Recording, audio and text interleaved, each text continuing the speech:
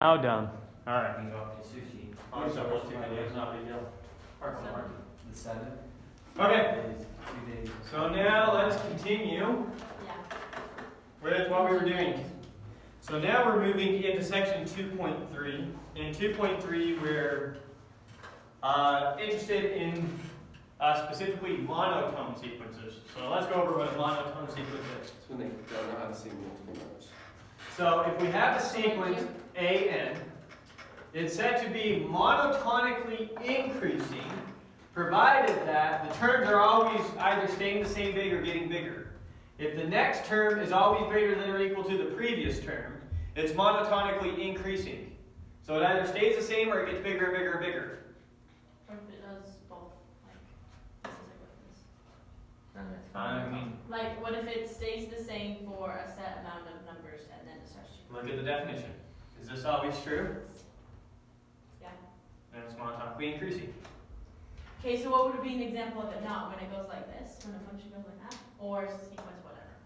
There's tons of sequences that aren't monotonically increasing. But yeah, -1 to the n is an example of one that's not. Okay. If you make a sequence of random numbers, chances are it's not. Anyways, so last one needs to be monotonically increasing. If the next term is always greater than or equal to the previous term, it's monotonically increasing. And then the sequence is said to be monotonically decreasing, provided the next term is always less than or equal to the previous term. Each out of the 7 both. No, you can't. Oh, sure, a constant set. And then if the set is either monotonically increasing or monotonically decreasing, we just call it a monotone set. So So a monotone set means it's one of those two. any converging set is going to be monotonic because the next. No. No. Imagine a function that looks something like, I'll just write it like this, 1 over x times the sine of x. That's going to be something that starts out like this and gets smaller and smaller and smaller and smaller. Okay. Sorry, I should have said that. But like the converging, Huh? probably, right? It's possible. It's How do you mean by probable? How do you mean Okay, a convergent set can be monotonistic, whatever. Yeah, convergent sequence can be monotone. Yes, a constant. There's one. 1 over n. There's another one. Okay. So, now we're going to do, so you might understand what monotone sequence is. Monotonically increasing, the terms are either staying the same big or getting bigger. Monotonically decreasing, the terms are either staying the same big or getting smaller. Monotone, one of those two things is happening. I didn't write monotone up there, sorry. Anyways, good with that? Pretty straightforward? Alright, so let's do a proof. If we have a monotonically increasing sequence, I kind of wrote this bad, sorry. So if we have a monotonically increasing sequence, then it converges to a supremum if and only if it's bounded. So if I have a, let me just rewrite this different. That was a bad rewrite, sorry. Let AN be monotonically increasing if AN converges to the supremum of AN. No, say it this way. Then AN converges to a supremum if and only if it's bounded. So there's a better way to say it. So we've got some sequence AN that's monotonically increasing. Okay? Mm-hmm. Then that sequence converges to supremum if and only if it's bounded. Right? But isn't a sequence always bounded? Huh? Isn't a sequence bounded? N. Always? N. N. N. The sequence N. not bounded. N equals N. What's the first term? 1. What's the second term? 2. What's the third term? 3. That's a monotonically increasing sequence. It's not bounded. So it converges to the supremum. It converges to a supremum if and only if it's bounded. What's the supremum? Largest member. Its least upper bound, not its largest member. A set does not have to contain its supremum. Didn't we prove that if it's the supremum, then it's what it's converging to already, any sequence? No, we did not prove that. Least upper bound, that's right. Least upper bound, that's what the supremum is. The least upper bound. Out of all the upper bounds, it's the smallest one that's still an upper bound. So let's prove this. So let's prove it in the first direction. So we're going to say, if an converges to its supremum, then it's bounded. And then we're going to show that if it's bounded, then it converges to its supremum. Good? So let's prove the first direction. Let an be a monotonically increasing, and let it converge to its supremum. Then an is bounded. We proved just barely the proof I erased that was here. Every convergent sequence is bounded. If a sequence converges, it's bounded. We already proved that. You remember that? Just did it? Maybe rewatch the lecture 10 times? Every convergent sequence is bounded. Yes. If the sequence is always getting closer and closer and closer to some number, it's bounded. There's some max number, some max range it's always in. It's the first proof we did, right? It's the n. Yeah, it was the end. Okay, so now let's prove it the other way. That's harder. So now let an be a monotonically increasing and bounded. Now I need to prove that converges to supremum. Okay? First off, since an is bounded, then it has a supremum. That was our last axiom on the real numbers. Every bounded set has a supremum, a least upper bound. So since an is bounded, then it must have some supremum. Call it b. Good? Okay. Now what am I trying to show? I'm trying to show that an converges to b. So I need to show that for any epsilon, I can find an index such that the distance from that index onwards is less than epsilon. Right? So let epsilon be some positive number. I'm trying to show that an converges to b. That's what I'm trying to show. Since b is the supremum, I know that an is always less than or equal to b. Right? Yeah. Which gives me for sure that an is less than b plus something, epsilon. Right. So this statement's always true, right? Right. Maybe I'll show you a big picture of what I'm thinking in my head.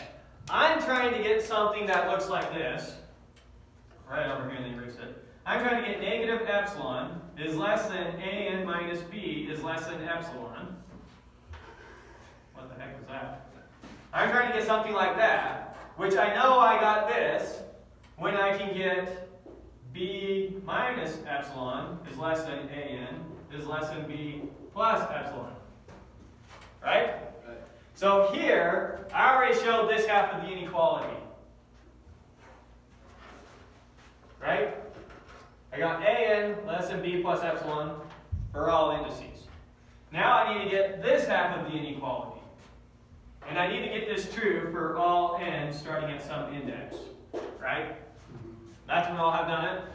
So that's big picture of my thinking here. So you might be thinking, why the heck did I go from an less than or equal to b to less than b plus epsilon? Because I'm trying to get this half of the inequality. So the next playground I'm going to do is try and get this half of the inequality. Alright. Also, since b is a supremum, then there must be some index, there must be some term in an greater than b minus epsilon, right? If b is the least upper bound, then b minus epsilon isn't an upper bound. Right. Which means that there has to be a term greater than b minus epsilon. Right. Does that make sense? Which is just b. So I'm saying, let n be the index where that term occurs. There has to be one in there. So this has to be true somewhere. Good? Alright. And notice that if this is true, if b minus epsilon is less than an, a of big N, then b minus epsilon is less than a little n from that index onwards, because this is monotonically increasing. An is always greater than, that is always greater than that if little n is always bigger than or equal to big N. Sorry, does this part make sense? Yes. Yeah, it does. Because it's monotonically increasing. So I got b minus epsilon less than a big N, less than or equal to a little n from that index onwards. Combine the two. I have b minus epsilon less than an from that index onwards, and I had b plus epsilon greater than an. That was true for all indices, so it's also true from that index onwards. And so we just do the algebra. Subtract b. Apply the definition. We're done. Therefore, the limit of an equals b and this Any questions there? Go through it all, All right, one more time. Do you need me to go through this part, or should I skip this part? all the way. All the way. All right, let's wrap our head around the question again. So if I got some monotonically increasing sequence, so it's either staying the same or it's getting bigger. One of those two things is true as it goes along. And it might switch back and forth. It might stay the same, get bigger, stay the same, get bigger, whatever. But it's still true if it does that. But this is always true. The next term is always greater than or equal to the previous term. It's monotonically increasing. So we've got some monotonically increasing sequence. What am I proving? I'm proving that if it converges to supremum, then it's bounded. And if it's bounded, then it converges to supremum. Okay. Okay? First I show if it converges to its supremum, then it's bounded. Well, we know that every convergent sequence is bounded. So if an converges to its supremum, then it's bounded. Every convergent sequence is bounded. So the first part of the proof came real easy. Now let's do it the other way. So we've got some monotonically increasing sequence, and we also know it's bounded. We need to prove it converges to its supremum. Well, since it's bounded, it has a supremum. Every bounded set has a supremum, has a least upper bound. That was an axiom. Good? Yeah. So call it B. Call B whatever the least upper bound of that set is. Now we're showing that AN converges to B, and that's what we're trying to show. So how do you prove that something converges? You say, you give me an epsilon, and I'm going to find an index n such that this is true from that index onwards. Or that this is true from that index onward, right? Okay. So, give me some epsilon, some positive number. Doesn't matter what it is. Since B is a supremum, I know that A sub n is always less than or equal to B. It's bounded by B. B is a supremum. And therefore, it's definitely less than B plus epsilon. I just made it bigger. That's a bigger number than that. That's always less than or equal to that, so it's less than that. And that's always true. Doesn't matter what n you pick. So if I find some index later, this is still true from any index onwards, right? So don't really need to worry about indexes with this statement. This statement's always true. And that got us half of our inequality. Okay. So now we're working on getting this half. Okay? Now, since B is a supremum, it's the least upper bound. B minus epsilon is not an upper bound. Okay. What does it mean for it to not be an upper bound? There's something in the set bigger than it. That's what it means for it to not be an upper bound. So there's some index big N where the term at that index is bigger than B minus epsilon, right? And we know, since it's monotonically increasing, AN is always greater than or equal to A sub big N from that index onwards. If n is greater than or equal to big N, then A sub little n is greater than or equal to A sub big N, because it's monotonically increasing. So we had B minus epsilon is less than the term at that index, is less than or equal to every term that comes after it. Okay. Right? And you'll notice that gave us the other part of our inequality. We have B minus epsilon less than A sub n from that index onwards. Okay. So we had A sub n less than B plus epsilon for all indices, which includes from that index onward. And then we had B minus epsilon less than AN from that index onwards. So combine both the inequalities. So we have that this is true from that index onwards. Okay. Which gives us that this is true from that index onwards. We just subtract the B.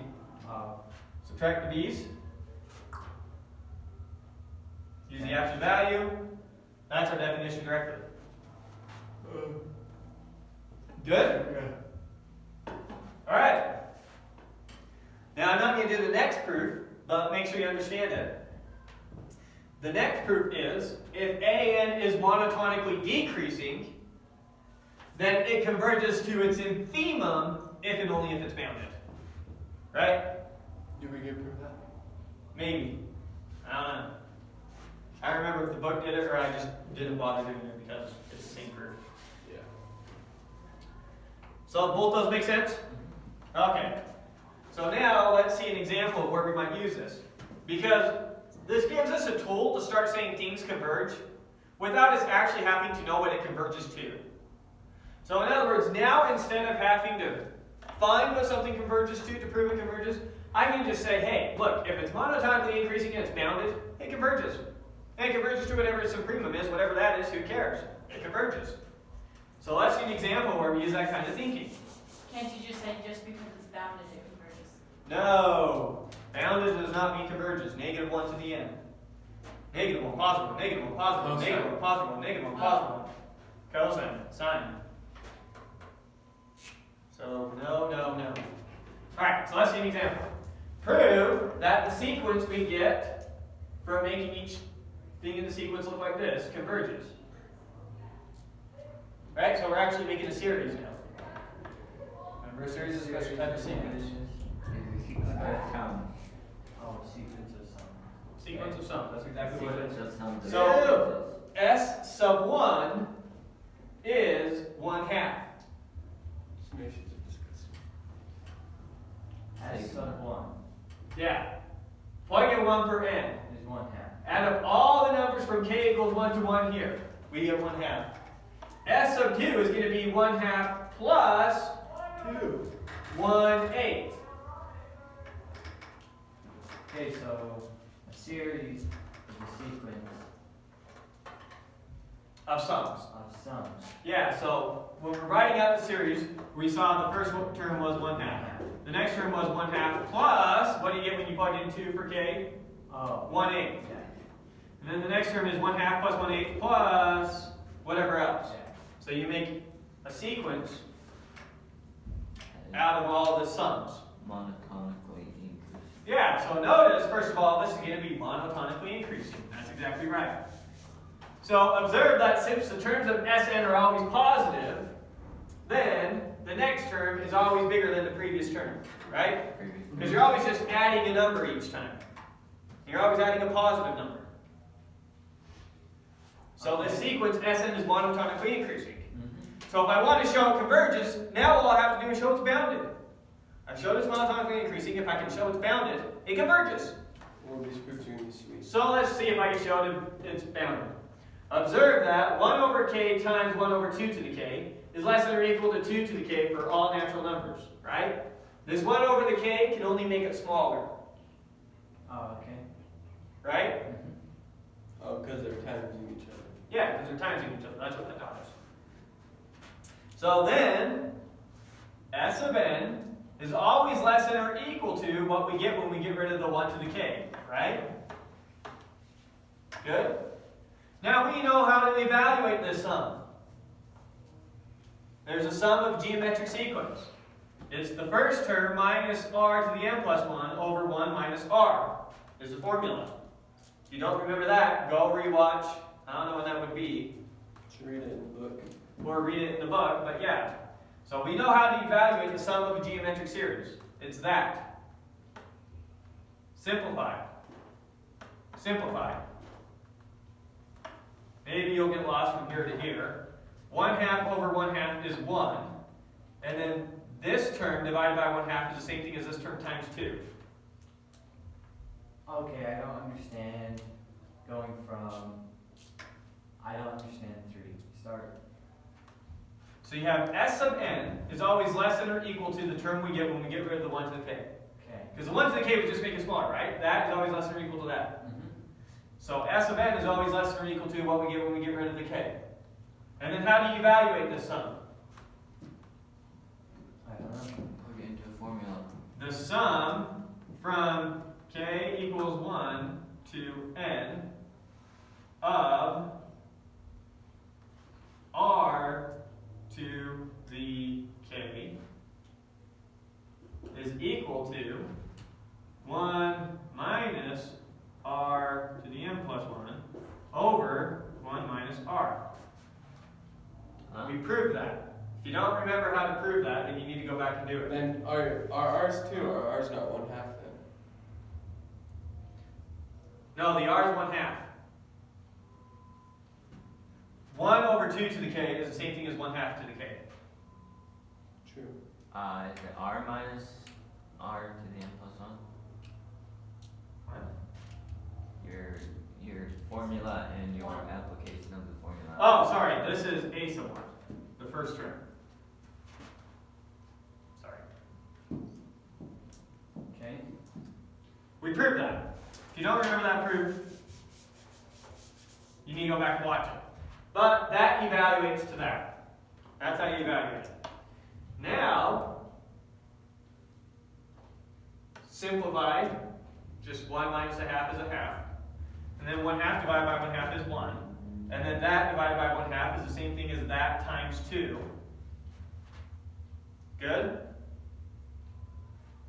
Good with here to here? Mm-hmm. Okay. Now notice, this thing is always positive, right? Yeah. So 1 minus something that's positive, this can only make it smaller. Okay. So this is always less than or equal to 1. Okay, but that's just your first term. Oh no, it's not. No, it's not. I've said in general. Doesn't matter how big you make n, this is always true. It's always less than or equal to 1. This sum, if you were to keep calculating that sum, it will always be less than or equal to 1. Less than 1. Probably. Yeah, it turns out it'll be less than 1, but that's fine. All we need to show is that it'll be less than or equal to 1. So that line is proving that it has a supremum, right? That is bounded. Bounded by 1. It's bounded by 1. Or that one is. All you need to do is prove that it's monotonically increasing and it's bounded. And then you know. Yeah. So, therefore, estimate is bounded. And that is bounded. Yeah. We proved it was monotonically. And it converges to what? No, we don't know what it converges to. That's the point. We're proving that this thing converges. And all I did is says, look, it's monotonically increasing and it's bounded. Therefore, it converges. What does it converge to? I don't care. It converges. That's a power. That's what this gives me. Okay. That's power proof. Now, I know it converges to supremum of whatever that thing is, but who cares? It didn't ask me to find what it converges to. It says prove it converges. I proved it. It's bounded and it's monotonically increasing. It converges. Make sense? Mm-hmm. That's awesome. It is awesome.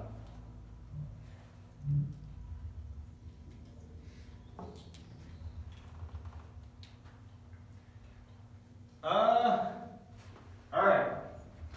Next proof gets a little bit messy.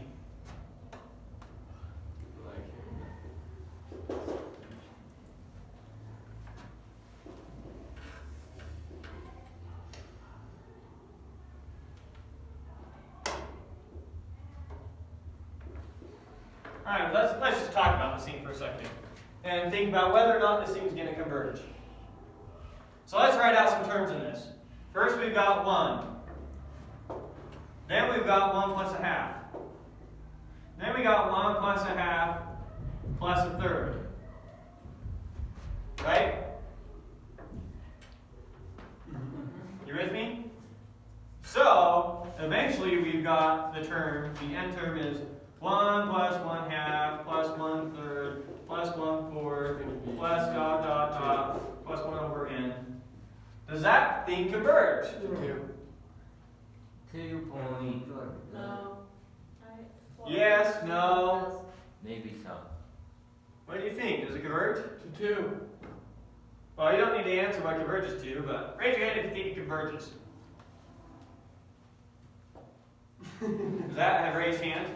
No. You don't think it converges? What It's am getting bigger and bigger. It's getting, yeah. But it's not bounded. So you don't think it converges? No, I don't think it converges. Good. No, it doesn't converge. And it's not obvious that it doesn't converge. It's very obvious. Obvious that it does converge. It doesn't converge. It's obvious. This will get bigger and bigger and bigger and bigger and bigger. So let's do the proof. So prove this does not converge. It's, well, summation.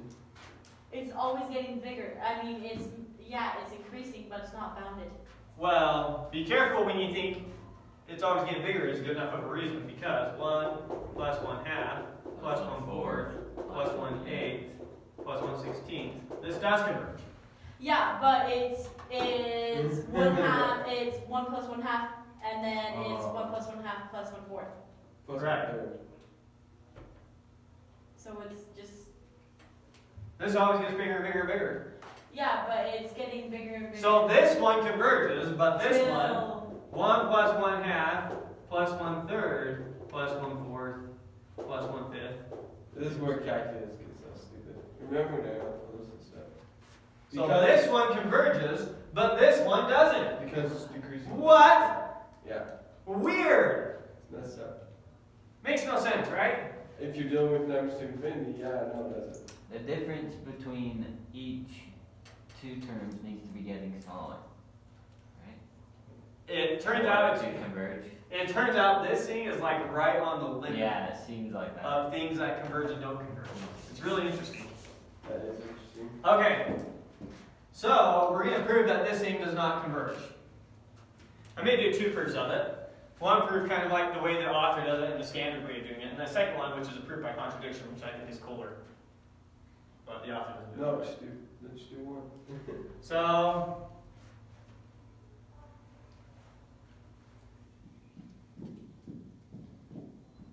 well, I won't formally write out his proof this way. I'll just do the proof by contradiction one formally. But let's go over how we prove this thing doesn't converge. So S of n is equal to, and showing that it doesn't converge, by the way, is the same as showing it's not bounded from above, right?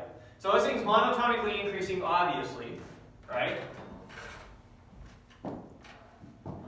Maybe write it out a little bit. It's a summation of positive One. elements. Observe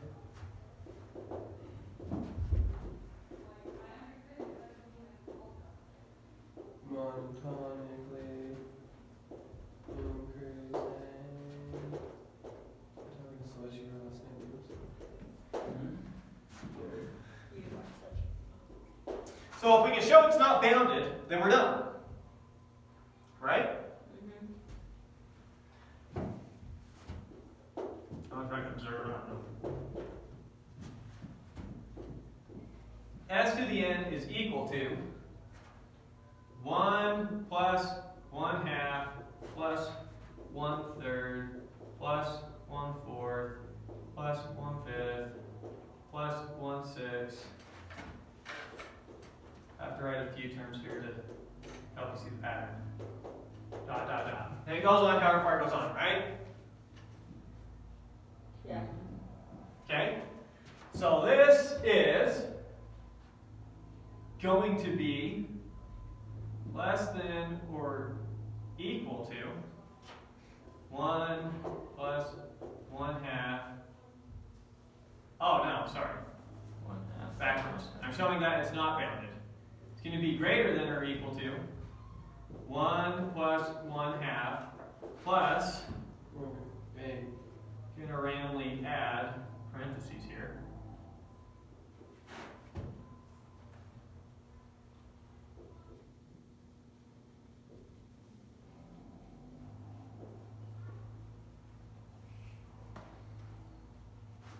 Right? Huh? I made 1/3, 1/4. That's smaller. I made 1/5, 1/8. That's smaller. I made 1/6, 1/8. That's smaller. I made 1/7, 1/8. That's smaller. But it's bigger. It's not bigger. This is, oh, you're right. No, yeah, it's smaller. This is less than this. Sn is greater than whatever that is. Right? Why did you do that? Exactly. Which is equal to 1 plus 1/2. What does that add up to? 1/2. 1/2. What does that add up to? 1/2. And that will be a bunch of 1/2s if you follow that same pattern. that Is that bounded? No. No! So this isn't bounded. Why did you have to do that? To help you see it. I don't see it then. Go cross-eyed. Well, maybe should have just written Dot, dot, dot right there.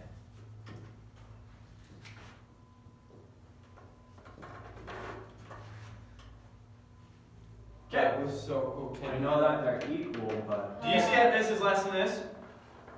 Yeah, I do. Or sorry, this is less than this? Yeah. That makes sense to you. Yeah. You see how we group those two terms together to get 1/2, and those Yes. 4 terms together Yes. to get 1/2. And we'll group the next 8 together to get 1/2, and the next 16 to get 1/2, the next 32 to get 1/2, etc. Okay.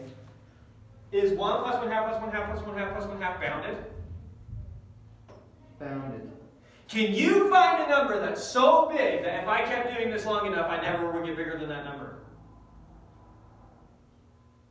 No, so it's not bounded. Yeah. There isn't some number like 97 that is always bigger than this infinite sum. Okay. So this isn't bounded, which means that this isn't bounded, which means that this isn't bounded. So interesting. So Sn is not bounded. Since it's monotonically increasing and it's not bounded, then it doesn't converge. But Does 1/n converge? Yeah, to 0. the summation of 1/n is not. The sum of 1/n does not converge. 1 plus 1/2, which is what we just read. Remember- I know, which is why I said that it doesn't converge. So this right here Right. is a famous But series called the harmonic Yeah. series. If you I make don't see how k that's a to the exponential A series of is- 1.01, it converges. Oh, what's the- I know. You have Remember 1, arrow and C? then you have comma 1 plus Huh? 1/2. Yeah. That is not showing Do you that. remember arrow C? Well, I'm saying the nth term would look like this, Oh, right? okay. Here's some arbitrary term in there, Okay. and this is always greater than this is always greater than this, and I can always make this as big as I want. Okay, yeah. The Johnny, final sigma. Isn't it true that if k is to like the anything greater than 1 power, then it converges? So if it's k to the 1.1, then it converges. If k. Oh, you're saying, this 1/k. Yeah, 1/k. Yeah. So any number. This is like the limit of Yeah. where it limits. yeah, Wait, I'm confused. What did Don't you worry say? about what you say. it's But yeah, this is very. We're on the boundaries. We're on the boundaries between what converges and what doesn't converge with this sequence, and we'll see that. So now let's do another proof of this. Wait. By way of contradiction. Oh. That was a way cooler way to do it. This one? Yeah. Well, I left out the details and I didn't go on explaining that I could make the other thing as big as I wanted. And so it's kind of messy if I were to write it all out. It's a little messy. Proof by way of contradiction doesn't get messy. So you thought of this one yourself? I don't know how to answer that. The author didn't give it to me. Yes or no? I don't know how to answer. Maybe someone's shown it to me before. yourself. It was my way of doing it, but I could have easily seen Did this. you prove How yourself? do you know? I mean, I remember in school we talked a lot about harmonic series, so it's very possible. But assume by way of contradiction that the limit of S of n, assume that the thing does converge to some number b, right? okay.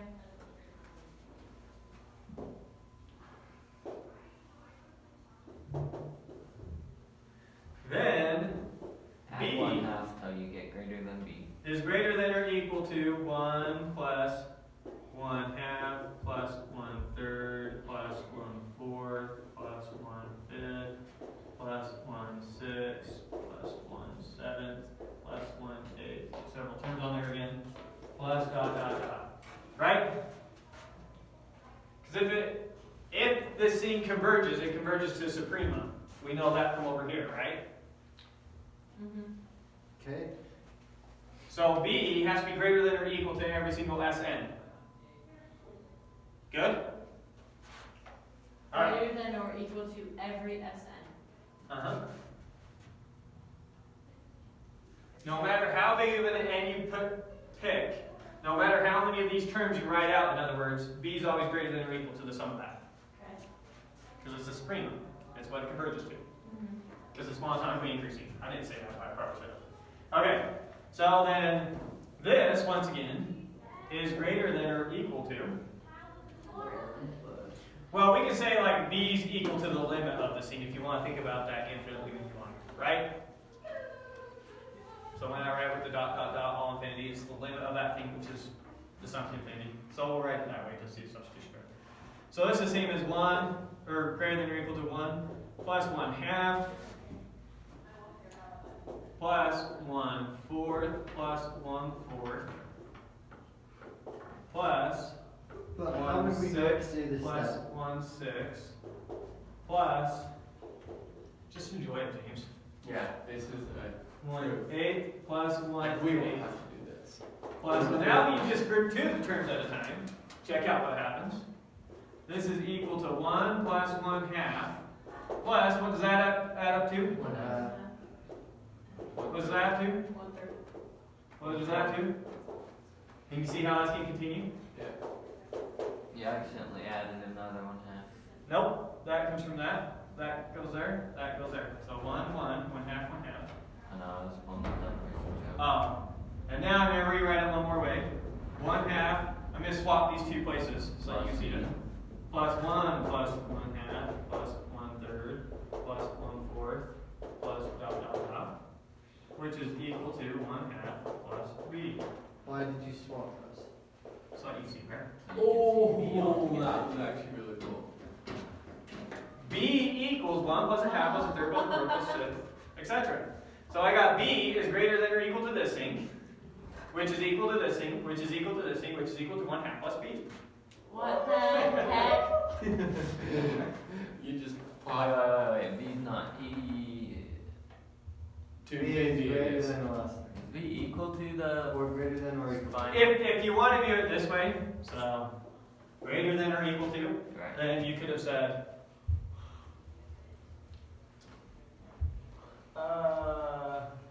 Still works. To infinity. no, you gotta do equals. Otherwise, you have to start talking messy about it. When you take the limit of this thing, in other words, you do all infinite terms, Okay. then that is b, the supremum. Yeah. The limit is b, the limit of this thing. So b equals whatever you get when n goes to infinity. So b is equal to that, That's greater than so or equal to that. cool. So I like that one more. That was cool. And maybe that's just because the author named it that way, so I like it more. I don't know. Wait, it's a contradiction because B is greater than or equal to 1/2 plus b. oh, Can't have that. Everyone has to make a Do you want to know what would be a fascinating field to go into? Number theory. Number theory? If you get my discrete math class, you do get to number theory. That would be. And James was fascinated. I forgot. Got the number two. You don't remember doing modulo convert Watch What? congruence? Modulo congruence n. You start out with simple stuff like What is Oh, please no. I had the hardest time with these. stuff like that.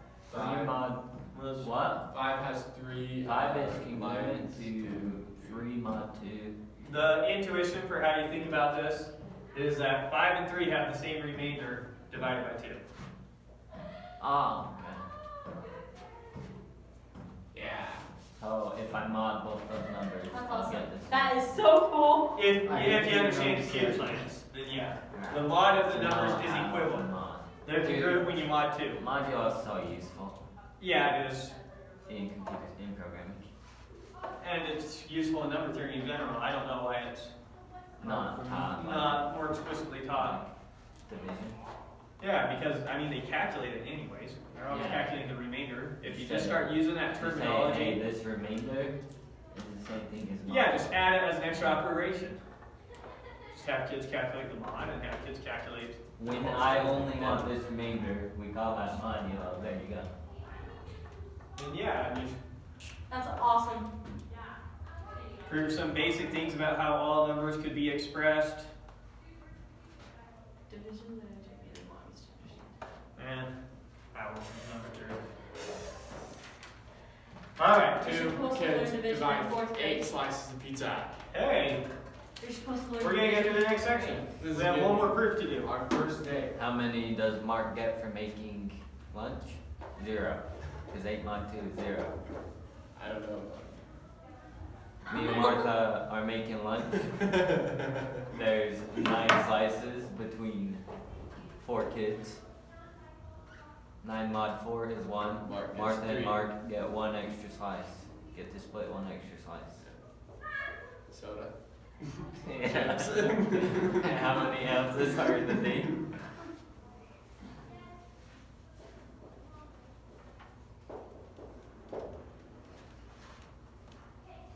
Okay, so let's prove this. If the absolute value of c is less than 1, then the limit as n goes to infinity of c to the n is always 0. This should already make intuitive sense to you. Yeah, it does. Yeah, it does. But Anytime I take a number whose absolute value is less than 1, and I multiply it by itself, I made it even smaller, even closer to 0. In other words, a half times a half times a half times a half times a half just keeps getting closer to 0. Or negative a half times negative a half times negative a half times negative a half just keeps getting closer and closer to 0. So if you multiply by numbers whose absolute value is bigger than 1, it gets further and further away from 0. If you multiply by numbers whose absolute value is 1, it stays the same far away from 0. And if you multiply by numbers whose absolute value is less than 1, Great. it gets closer and closer to 0. Okay? Numbers and that stuff. Make good sense? yeah. Alright, so first let's see the case where c is 0. Almost not worth writing. 1.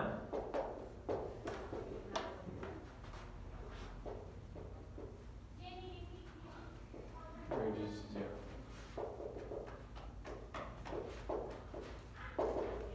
Alright, so if c is 0, then the limit of c to the n equals 0. Right? Or 0 minus 0 is less than epsilon for any n you choose.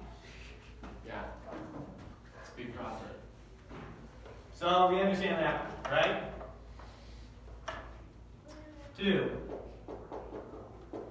Assume c is greater than 1. Let's see how I write this. Assumed by way of conjugation. Oh, not greater than 1, greater than 0, sorry. Not contradiction, we're just handling the cases. We need to handle that c is positive, c is 0, and c is negative. Alright. Assume c is greater than 0. And observe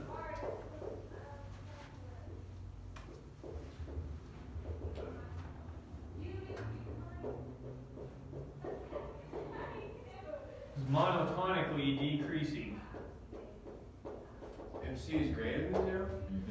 If c is greater than 0, but its absolute value is less than 1, Okay. Or it's less than 1 for this case. Yeah. yeah, so c is between 0 and 1 in other words.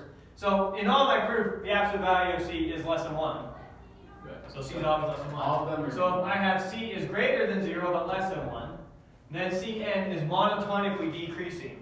So in my proof, I can say that, and that perfectly is perfect. I can say observed is monotonically decreasing. Sure.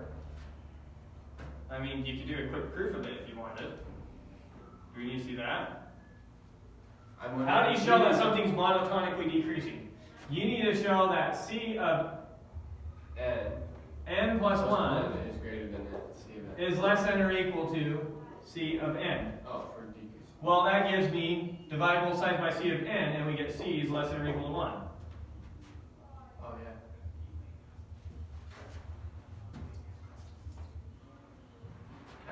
So it's getting smaller, right?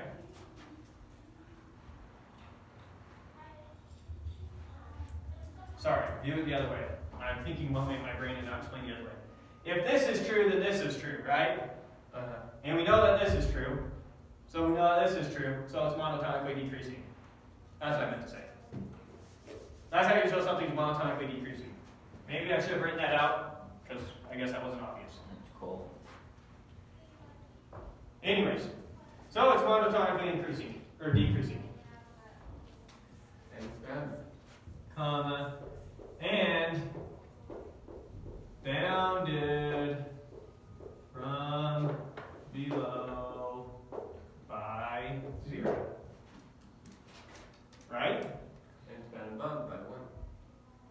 Yeah. So we already know it's bounded from above. Now we know it's bounded from below by 0. Therefore, And so it is a bounded decreasing monotone sequence. Therefore, it converges to the infima. Right?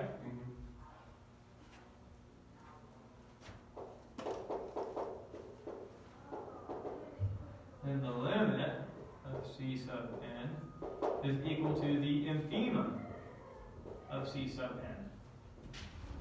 divide the other whiteboard. Okay, so now we're kind of going to do an inner proof and assume that the infimum isn't 0. We're going to do a proof by contradiction. Don't lose track of where we're going. I'm trying to prove that the limit of Cn is equal to 0, right? Since it's bounded and it's monotonically decreasing, I know its limit is its infimum.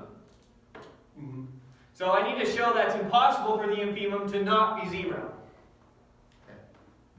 Okay. Does that make sense? So assume by way of contradiction that the infimum is not 0. Yeah, but let's name it so we can stop writing that out. So, assume by way of contradiction that B equal to the infimum of Cn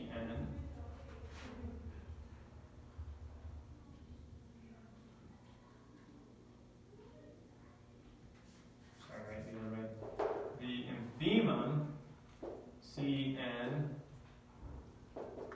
equal to B is greater than 0.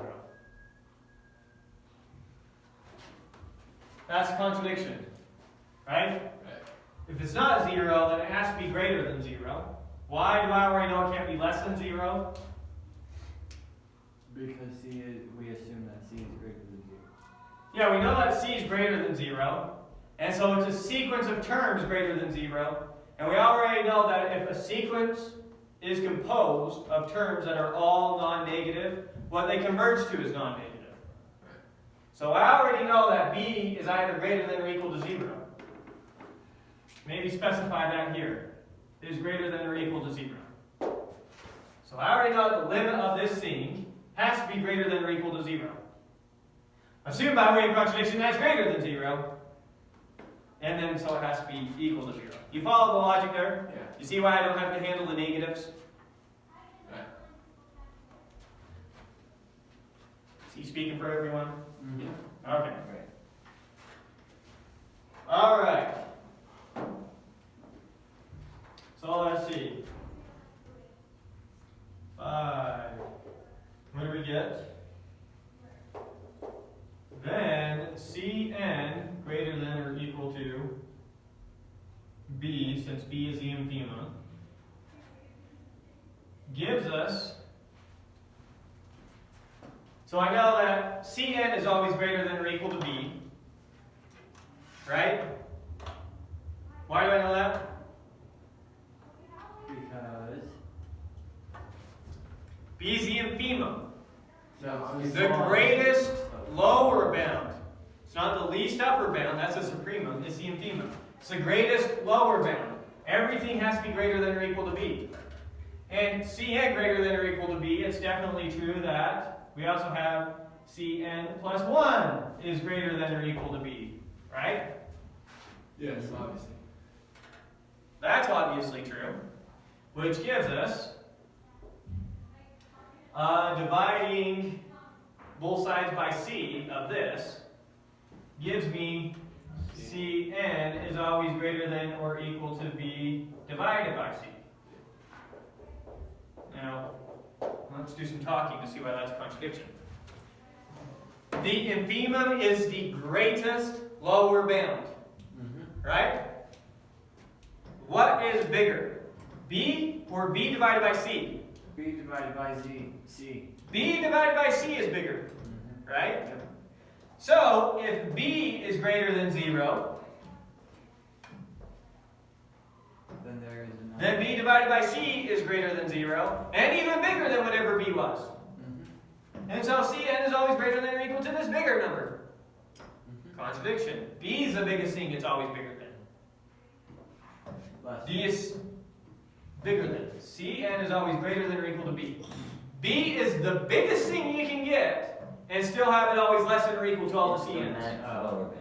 It's the max lower bound. It's the biggest lower bound. So B and a FEMA. bigger lower bound than we messed up. So if you get something bigger that's also a lower bound, you didn't have it in FEMA. You follow the logic Why there? is B divided C a bigger number? But C less is than- smaller than 1, Oh, C smaller one. Yeah. so B over C is bigger, is a bigger number than B. You see that? Yeah. Okay.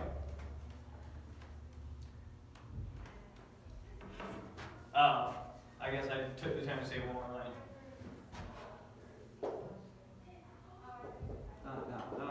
But since C is less than 1, B over C is greater than B. There's my contradiction. But exactly what we just said. Right? Just writing it up.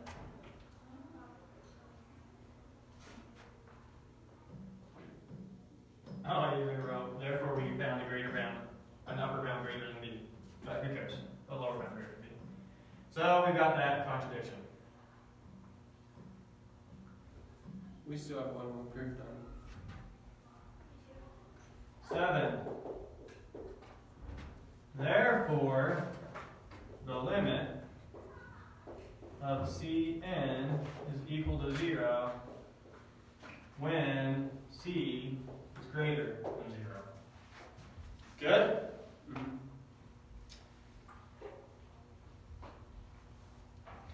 And then finally, we need to handle the case where C is less than 0. I thought you said we didn't need to handle this. No. You said we. C equal to 0, C greater than 0. Now we need to handle the case C less than 0. Turns out the case C less than 0 comes from the case where C is greater than 0, but we'll see it real quick. Now, if C is less than 0,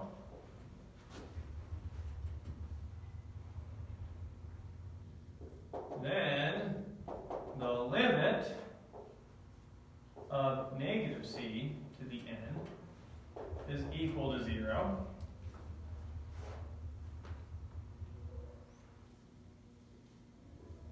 Let me just write it out. No. And Cn minus 0 is equal to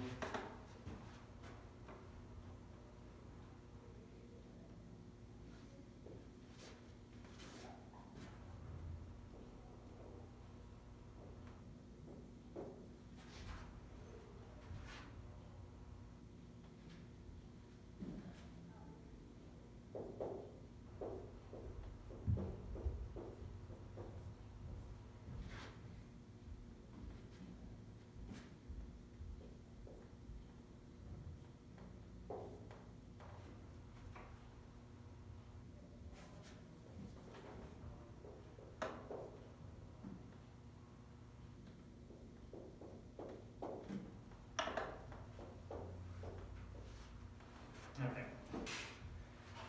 So now let's think about this. So if C is less than 0, in other words, it's negative, then negative C is positive, and that one still goes to 0, right? We just proved if C is positive, then its limit is 0, right? So if C is less than 0, negative C is positive, greater than 0, and we already know that converges to 0, right? And so we have C to the n minus 0. I'm going to use a comparison limit to show the C converges. So that is equal to, remember, we can put negatives in there if we want, and it doesn't change it. Absolute value of A and the absolute value of negative A are the same thing, right? So you go with this to this. Yeah. And so it doesn't matter if this thing's positive or negative, we get the same thing.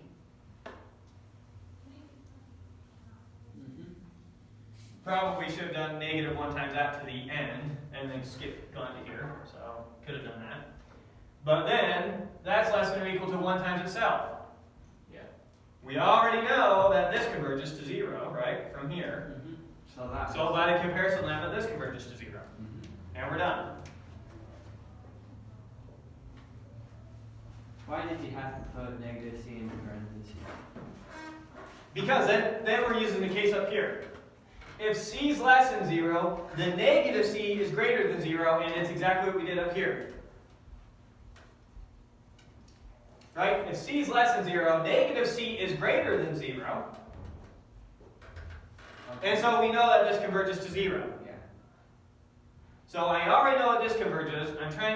So I already know that this converges to 0, and I'm trying to show that this converges to 0. And the way that I show something converges to 0 using something that I already know, the way I show this converges, knowing something already converges, is you use a comparison. That's what it's useful for. Good? Okay. And that was the last proof that we're doing. Not in the textbook. Yeah, I know there's one where you can read through it. Okay. But that's that. Any questions? But you guys are basically done with the homework already, right? Will you go over all of it again? Yeah, The whole I will. I'll go over it for you as many times as you want. You just have to keep hitting that replay button. I'll say verbatim, exactly what I said all through class.